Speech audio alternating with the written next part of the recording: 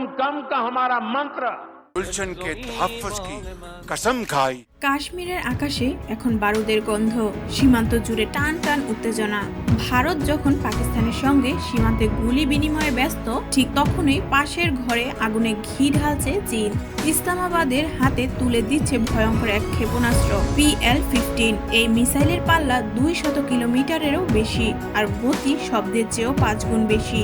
এই খবরেই দিল্লির নীতি নির্ধারক মহলে নড়েচড়ে বসেছে সবাই। সামরিক বিশ্লেষকরা বলেছেন, মোদী সরকারের ঘুম এখন হারাম। কাশ্মীরের পেহেলগামে পর্যটকদের ওপর সন্ত্রাসী হামলার পর ভারত পাকিস্তান সম্পর্কে যে আগুন জ্বলছে, সেই আগুনেই পেট্রোল ঢালছে চীন। যখন ভারত সীমান্তে টানাপোড়েন সামাল দিতে ব্যস্ত, ঠিক তখন পাকিস্তানকে নতুন সামরিক শক্তি দিয়ে সরাসরি সহায়তা করছে বেইজিং।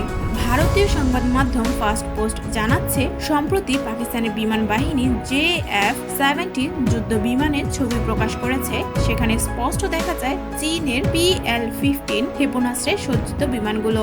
বিশ্লেষকরা বলছেন, এটা কেবল প্রচারণা নয়, এটা শক্তির প্রকাশ্য প্রদর্শনী, ভারতের প্রতি সরাসরি বার্তা।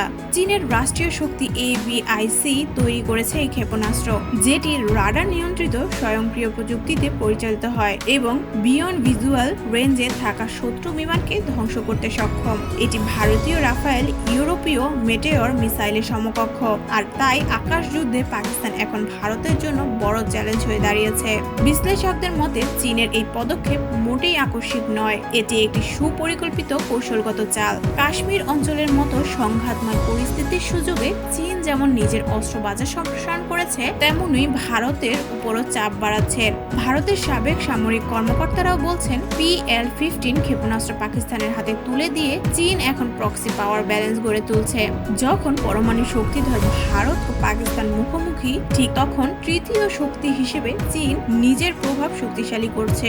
এখন প্রশ্ন, এই পরিস্থিতিতে ভারতের করণীয় কি? বিশ্লেষকরা বলছেন, ভারতের উচিত দ্রুত নিজের আকাশ প্রতিরক্ষা ব্যবস্থা শক্তিশালী করা এবং কৌশলগত মিত্রদের সঙ্গে আরও ঘনিষ্ঠভাবে কাজ করা। The breaking brief, Dhaka.